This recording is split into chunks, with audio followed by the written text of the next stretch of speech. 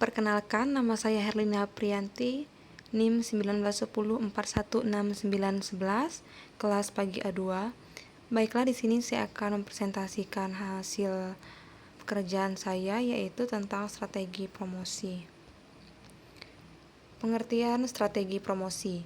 Promosi adalah tindakan menginformasikan atau mengingatkan konsumen tentang spesifikasi produk atau merek. Bauran promosi kombinasi metode promosi yang digunakan perusahaan untuk meningkatkan penerimaan produk-produknya. Periklanan. Periklanan adalah penyajian penjualan non-personal yang dikomunikasikan melalui bentuk media atau non-media yang mempengaruhi sejumlah besar konsumen. Tipe-tipe periklanan: periklanan industri, periklanan merek, dan periklanan institusional. A. Periklanan industri. Periklanan industri adalah penyajian penjualan personal tentang industri tertentu. Contohnya, asosiasi industri mengiklankan untuk gemar atau cinta produksi dalam negeri. B. Periklanan merek.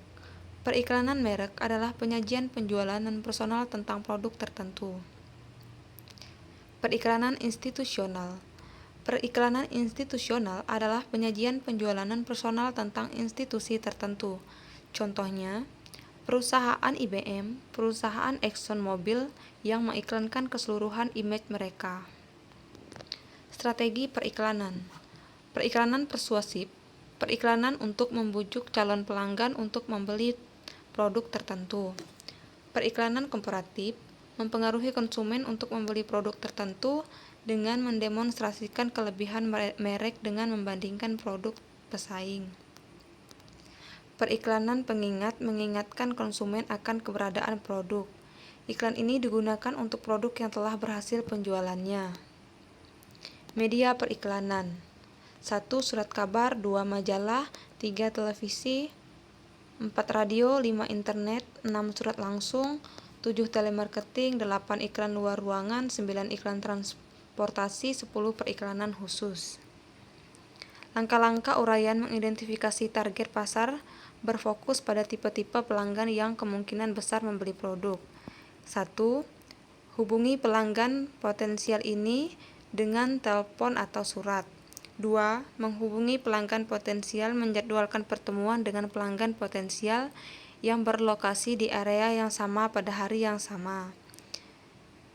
3. Melakukan presentasi penjualan mendemonstrasikan penggunaan dan manfaat produk, serta menjadwalkan pertanyaan-pertanyaan untuk mempersiapkan jawaban tipikal dan mengizinkan pelanggan potensial untuk bertanya.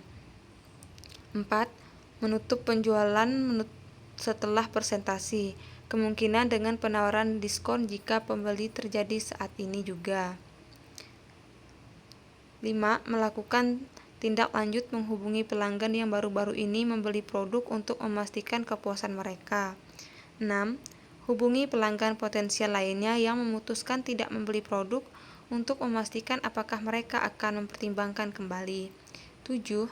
Melakukan presentasi penjualan. 8. Menjawab pertanyaan-pertanyaan. 9. Menutup penjualan. 10. Melakukan tindak lanjut. Mengelola tenaga penjualan.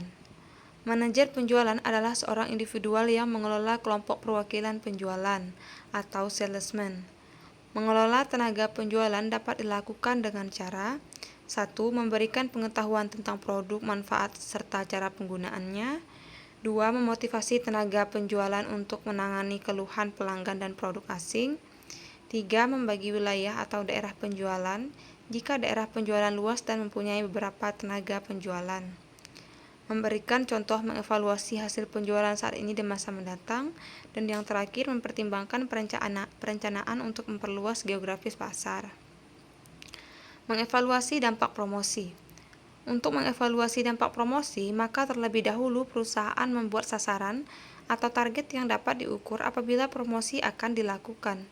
Contohnya, dengan mengadakan promosi selama 1 bulan dan biaya sebesar beberapa rupiah, maka diharapkan penjualan akan naik sebesar 20% dari penjualan bulan sebelumnya.